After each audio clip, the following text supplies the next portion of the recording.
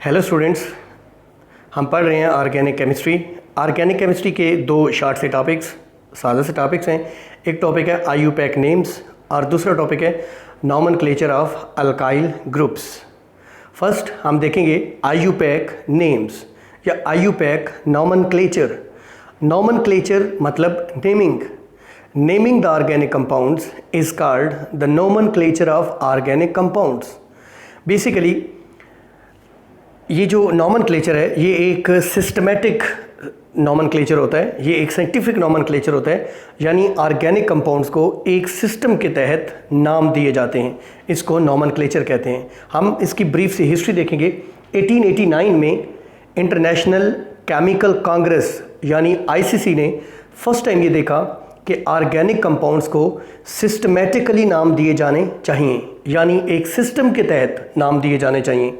पहले common names थे, trivial names थे, सो वो ज़्यादातर कंपाउंड्स को नहीं दिए जा सकते। तो 1889 में ICC ने फर्स्ट टाइम ये देखा, ये चाहा कि organic compounds should be given the scientific names, the systematic names. So इससे नॉमेनक्लेचर वजूद में आया। 1892 में एक रिपोर्ट एक्सेप्ट की गई जेनेवा में, लेकिन वो रिपोर्ट इनकम्प्लीट थी। 1930 में इंटरनेशनल यूनियन ऑफ केमिस्ट्री ने एक मॉडिफाइड रिपोर्ट पेश की। उसके अंदर कुछ रूल्स वज़ा किए गए ऑर्गेनिक कंपाउंड्स को नाम देने के। उन रूल्स को लीग रूल्स का नाम दिया गया। इसके बाद 1947 में IUPAC ने इसमें मज़ीद मॉडिफिकेशन की और एक रिपोर्ट पेश की। IUPAC stand for international union of pure and applied chemistry. ये एक इंटरनेशनल इदारा है। अब इसके तहत नाम दिए जाते हैं ऑर्गेनिक कंपाउंड्स को, इसीलिए इस नॉमेनक्लेचर को IUPAC नॉमेनक्लेचर कहते हैं। ये पीरियोडिक रूल्स देती रहती है, पीरियोडिक रिपोर्ट्स पेश करती रहती है। जो मोस्ट रीसेंट रिपोर्ट हमारे पास आई है वो 1979 में आई है। अब IUPAC नॉमेनक्लेचर का एक प्रिंसिपल है, और वो प्रिंसिपल है each different compound should have a different name. हर अलग कंपाउंड का एक अलग नाम होना चाहिए। हम जानते हैं कि ऑर्गेनिक कंपाउंड्स की तादाद बहुत ज़्यादा है। 7 मिलियन से ज़्यादा ऑर्गेनिक कंपाउंड्स को अलग अलग नाम देना IUPAC नॉमेनक्लेचर के तहत मुमकिन है।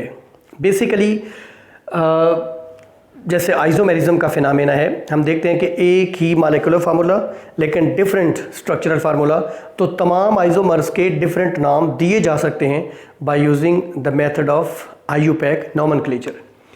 हम देखेंगे nomenclature of alkyl groups. What is an alkyl group? एक अल्केन में से एक हाइड्रोजन रिमूव करने से जो फंक्शनल ग्रुप मिलता है उसको अल्काइल ग्रुप कहते हैं। By removing one hydrogen from an alkane we obtain what is called as alkyl group. Symbol of alkyl group is capital R। Capital R is the symbol of alkyl groups and ending YL is added in the end of the name of alkyl group. For example, एक alkane है, उसमें से alkyl group बना है, तो alkane का ending in YL से replace कर देंगे तो ये अल्केन से अल्काइल ग्रुप का नाम हो जाएगा। कैसे नाम देते हैं?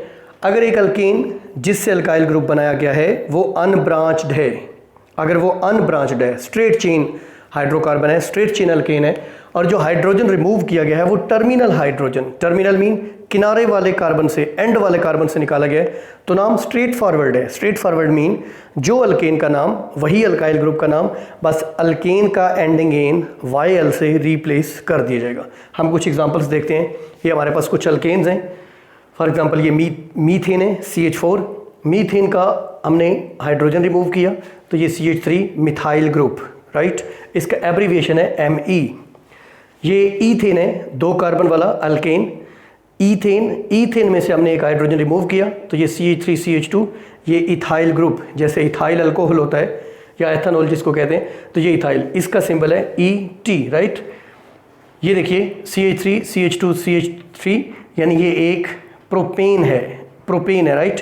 प्रोपेन का एंडिंग हाइड्रोजन रिमूव कर देंगे तो ये एक propyl group.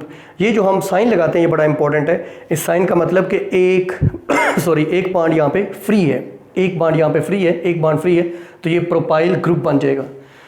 This is normal butane. ये नॉर्मल ब्यूटेन है, ये आइसोब्यूटेन भी होती है, लेकिन यहाँ पे हम ले रहे हैं unbranched butane, this is normal butane.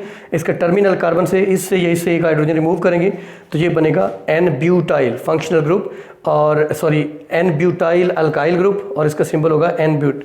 अब मैं आपको बता दूं कि ये जो प्रोपेन होती है CH3 CH2 CH3, right, this is the propane. Propane के एंडिंग, ये टर्मिनल, ये कार्बन भी टर्मिनल है, ये भी टर्मिनल, यहाँ से अगर हम हाइड्रोजन रिमूव करेंगे तो ये हमारे पास जो अल्काइल ग्रुप बनेगा उसका फार्मूला ये होगा, और उसको हम कहेंगे एन प्रोपाइल, राइट। और इसी तरीके से अगर हम सेंट्रल कार्बन से हाइड्रोजन रिमूव करेंगे तो ये बनेगा CH3 CH3, इस कार्बन से रिमूव किया है तो इसको हम कहेंगे आइसोप्रोपाइल।